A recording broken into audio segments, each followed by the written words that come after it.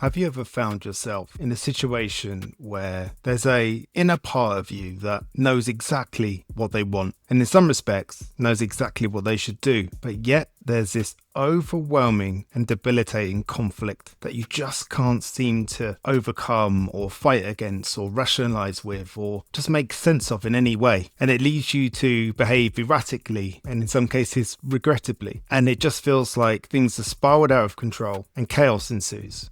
A difficult question to answer, because today I'm hoping that I can shed a bit of light on what might be happening, because today I'm going to talk about ego. Now, many of us, we're not sure what that means. We think ego is this archetype of self-arrogance where someone behaves in an egotistical way. In some cases, ego is part of that, but actually an ego is a part of us, and that's the key point here. It is a part of us. It's a part of us that operates quite often from a point of fear. You see, I have this belief, this understanding, this realization, observation of myself, people close to me, and people that I've worked with. It often seems that people operate from a place of two states.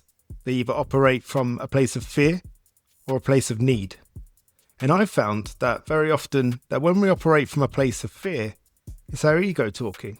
It's our ego saying that we don't deserve that, or we deserve better than this, or we shouldn't let this happen, or what would people think? See, our ego, its purpose is to seek, but never find, because if it does find, then it does itself out of a job.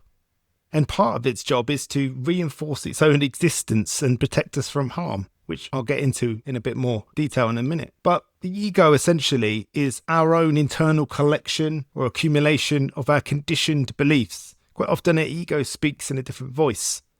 It's there to protect us. It's there to look after us. But what ends up happening is we identify with our ego because it's our conditioning reflected back to us. So we are conditioned over time as kids by family members, by people that we hold in high regard. We're conditioned to believe certain things about ourselves and about the world. And we shine those conditionings out so that we can then buy them back. And it creates this feeling of comfort and security within us. Therefore, we think it's always right, that our ego is a part of us, or is a subconscious, or it's who we are. But actually, our ego is more complex than that. And as I said, I believe that our ego operates from a place of fear. Which brings me on to the first point about ego. I probably got 5 today, 5 things that you must know about ego, or I feel you must know about ego.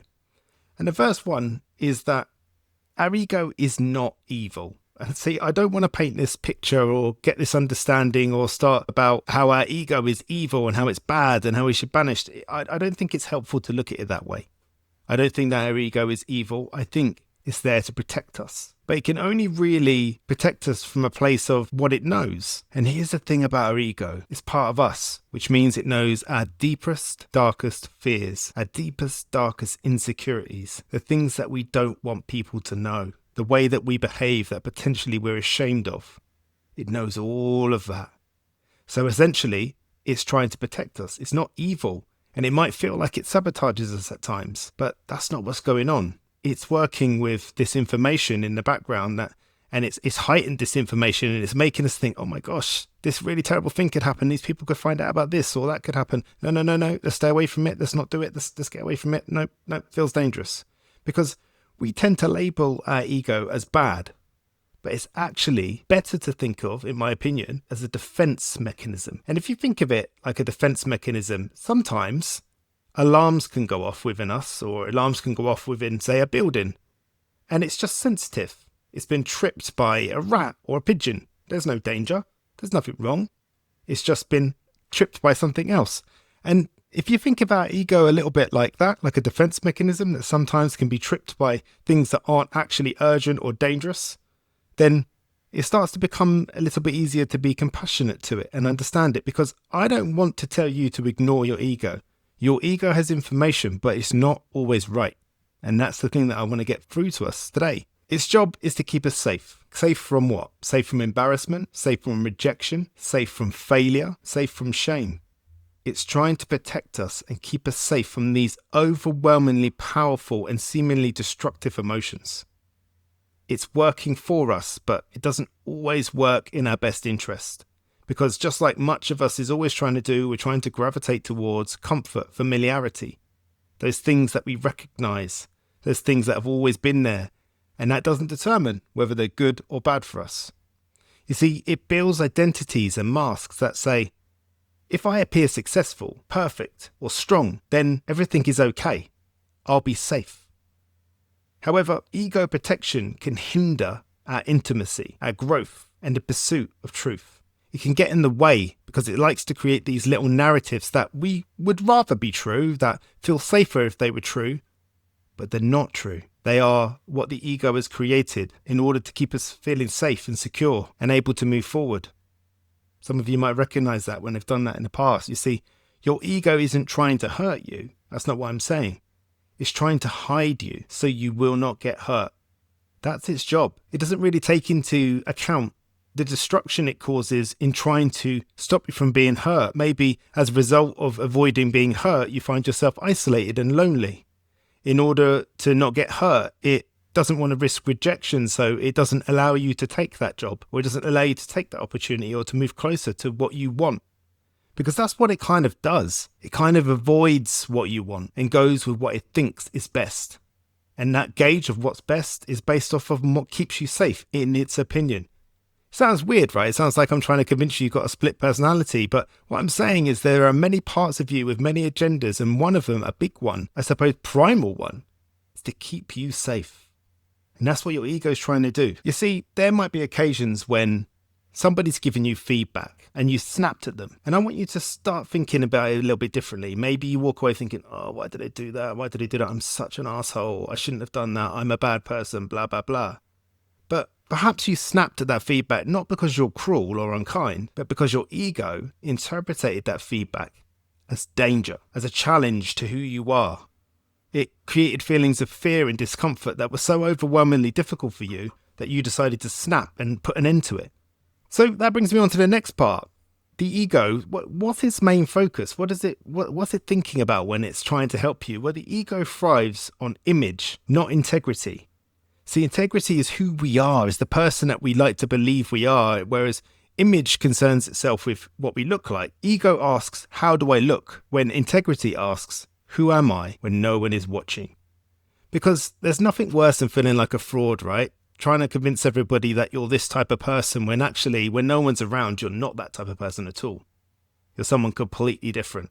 So you never show up with genuineness, with authenticity. You always feel like you're pretending to be somebody else. That sounds exhausting. It sounds absolutely exhausting. But it's one of those things. Once you've built that image of yourself, guess what? You've got to maintain it. You've got to keep it going. You've got to keep up the act all the time. Again, sounds extremely exhausting. You see, the ego wants applause, where integrity wants alignment. Integrity wants to feel like a good person, whereas ego wants to look like a good person. And sometimes being good is a very subjective thing. Sometimes you have to say things to your kids or tell your kids things that might not feel very good in the moment. I use kids as an example because I've had to do it recently. Had to tell my kids something that I knew in the moment wouldn't be very easy for them to hear, but they had to hear it in order to change it. And that's difficult because it feels like I'm being unkind and I lost sleep over it. It's hard. Ultimately, all of this, like I said, it sounds exhausting. So all of this ultimately leads to one place for most people, and that is burnout, imposter syndrome, or an excessive tendency to people please. And it often comes up because we're trying so hard to keep this image at the expense of our own truth. We know that this isn't sustainable. We know that this isn't really what we want and who we are, but we found ourselves caught in this trap where we've got to keep up appearances. Instagram's a good one for that. So here's my question. Where in your life are you choosing how you're seen over how you feel? I give an example of some friends of mine once found their relationship in a lot of trouble. One of them in particular in a relationship had made some very, very bad decisions. The other person in a relationship was telling themselves that they deserved better, that they shouldn't put up with this. What will people think if they think that they're going to take them back after everything that they've done? And they were really hammering this home on how people would think about them. What does it mean about them? What type of person am I if I do this? And the whole time that this was going on, the whole time that this ego was having this field day with how they should feel, and there's the key word, should. And what that ego was neglecting was one thing, what that person wanted. All the ego was concerned about was how it made that person look and what other people might think. And that really got in the way for them. I'm happy to say that they managed to fix that in the end, but it took overlooking the ego and not listening to the ego. And this is the thing, it's not about telling the ego it's bad or stupid or wrong or anything like that. It's about listening to the ego and, in a sense, reassuring it. It's okay. It's okay. I understand what you're trying to tell me, but let's just see how this plays out. We're not in danger. We're okay. Let's just take this one step at a time. It's a bit of reassurance. Again, much like you'd say to a child. Because a lot of those fears that the ego has probably were created in your childhood. They're probably old belief systems and patterns that played out as a kid that become deep inset fears. A bit like being scared of spiders. You're taught that when you're a child, right? Your mum screams really loud. You look down, there's a spider. You realise she's screaming at the spider. And you learn spiders are scary. Doesn't have to be your mum. Could have been your dad. In our house, it's mum. Anyway, the next one is the ego fears vulnerability, but growth requires it. So instantly we have conflict here. And that's why often when it comes to the ego, there's this feeling of conflict. There's this feeling that something cannot be resolved. It almost feels impossible. Very often feels impossible. See, vulnerability exposes the ego. It says, I don't know, or I made a mistake. Ego doesn't like that. That's terrifying to the part of you that thinks that your worth depends on being right, strong, and unshakable. There's this part of you, your ego, it demands that you turn up in life perfect, that you're flawless, that no, if I can be as perfect as possible, then no one can pull me apart, and I never have to get negative feedback, I never have to experience rejection, I'll always be accepted. Because we crave acceptance as humans. We don't want to experience rejection. We'll avoid rejection at all costs, which means sometimes we won't take opportunities or do things in a fear of rejection. But we love the feeling of being accepted. And that's what our ego is always trying to do. It's always trying to make us feel accepted and part of. But you see, healing only happens when we face the truth, not when we hide behind our pride. Life will only ever reflect the truth back to you. Just because you want to believe something, or just because you've worked really hard to convince other people around you that something is true so you can buy that back off of them and start to believe it yourself, that doesn't mean life will. Because life will only ever deal with facts, will only ever deal with truths, will only ever deal with what is real. Now your pride, your ego, that will have a field day with trying to convince you that that's the case. But it isn't. And that is the conundrum. That is the conflict. You see, often in our lives, we think that it's our job to stay strong, that we must stay strong so that other people can rely on us, that we can't tell people how we really feel, that we're scared about something, that we've got a bit of self-doubt, that we're not sure, that we don't know, that we're not right, that we made a mistake. We don't want to tell the world that, anyone in the world that, because we're worried that it's going to take away from us, that our reputation is going to get damaged, and that our fragility of our ego is going to be shattered beyond repair, and that we're not going to be able to function in life anymore. But the truth is, what I've found is when I confess my insecurities, when I tell people that I don't know the answer, when I tell people that I made a mistake, that's often been a moment there where I've been able to connect with someone on a deeper level. Because the last thing I ever want people to think about me, and I'm sure it's the same about you, is that for people to put me on a pedestal. There's so much pressure to always turn up perfect, to never make a mistake, to have no flaws. No thanks. I don't want that kind of pressure. You see, so confessing that you don't know everything, confessing that you make mistakes, telling people that you're not okay and that you might need help. Do you know how it makes somebody else feel knowing that they can help you in some way? Makes them feel good, makes them feel needed. Sometimes that's the answer. It doesn't always have to be you. And your ego will try to convince you that it does, but it doesn't. And that's the part that's hard. That's the conflict. That's the draw. It feels so powerful and intoxicating and always trying to be the person that everyone comes to. But it's exhausting and it's not sustainable. And it will often result in someone being completely burned out and unable to function. Or they'll find a way to keep coping, which is often where addiction lies. Next, the ego reacts, where your higher self responds. You see, your ego responses are reactive, emotional, and impulsive. That's kind of how you know that it's your ego. It's a part of you that immediately, without any information, just reacts. It just reacts and it says things. And there's that moment of almost dissociation where you know you're messing up, you know you're saying and doing things that you're going to regret later, but you just can't stop. You're just off now. And the more it's a very momentum driven experience where you start to build momentum and you're just saying, and another thing and another thing. And before you know it, you've blown up your life and you're there going, oh my gosh, I can't believe I said that. I can't believe I did that. What am I like? Oh, this is terrible. And again, that is a horrible feeling, In the moment, your ego is kicked off. It's decided that things need to be said, things need to be done in order to keep you safe and protect you. But actually what it's doing is it's taking things out of context. It's blowing up emotions from something really small to something really big. And it's causing a disaster that you're probably going to regret for the next couple of weeks. And you're going to be apologizing and it's going to be hard and people are going to be hurt and you're going to have to try your hardest to understand what happened. It's a really difficult situation to be in. When we consult our higher selves, we pause, we reflect, we choose. We don't just attach straight into this emotion that may or may not be right. The shift is subtle, but it's powerful. The key to it all is self-awareness. Self-awareness gives you the ability to respond with wisdom, not just react with fear. And there's that word again, fear.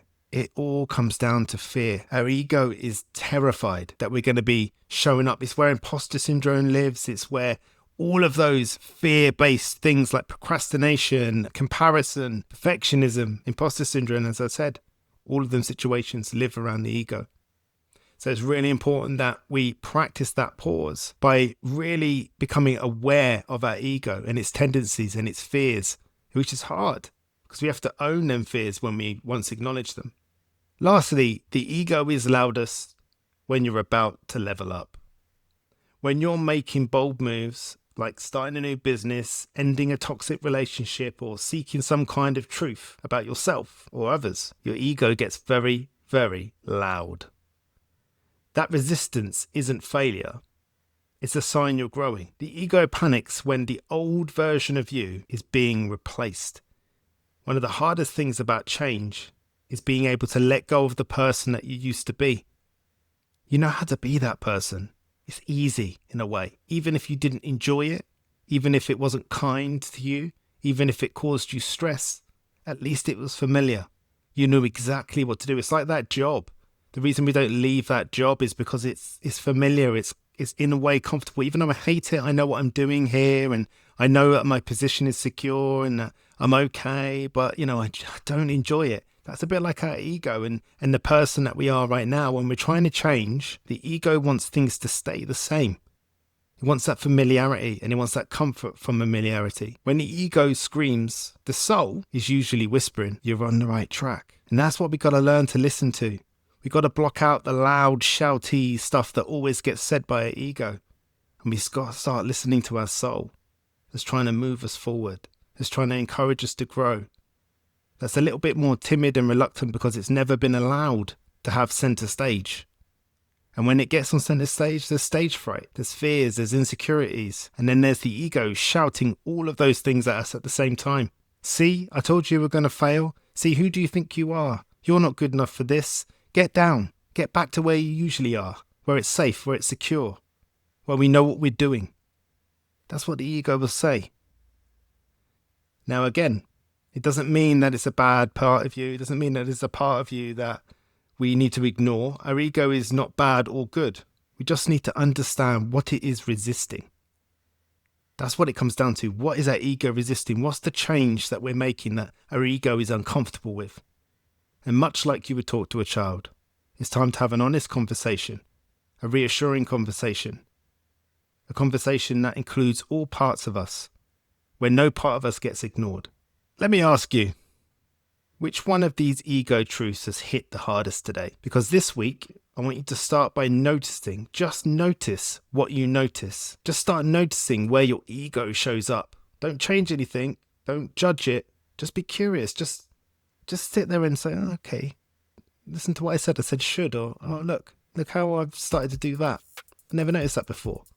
And the reason that you're noticing is because we're bringing it to our awareness, because you're listening to podcasts like this. The more you notice it, the more you then have the choice to take back your power. And as you notice it more and more, you'll start to see that opportunity that didn't seem like it was there before, the opportunity to take back your power. You'll find that strength to say, yes, instead of saying no because you're scared, or to say no because it feels like what you really want instead of saying yes because it's easy. The final challenge is to pause once, just once today, and ask what part of me needs to be seen, what part of me needs to be heard, or what part of me needs to be protected right now. That one question can shift everything. I want to encourage you guys to keep sharing these episodes, to keep telling people on social media. I want to grow this podcast because I really do believe that the information in here is information that I have learned the hard way. And I really would like you guys to learn it a little bit easier than me. I don't think there's any way to really learn them valuable lessons the easy way, but there are certainly ways to learn it the hard way. And I want you to avoid that if I can. So live your morals, chase your ambitions, know what drives you, and start creating an environment that supports who you want to be. Thank you for listening to the John and Norris podcast, and I'll see you again next week.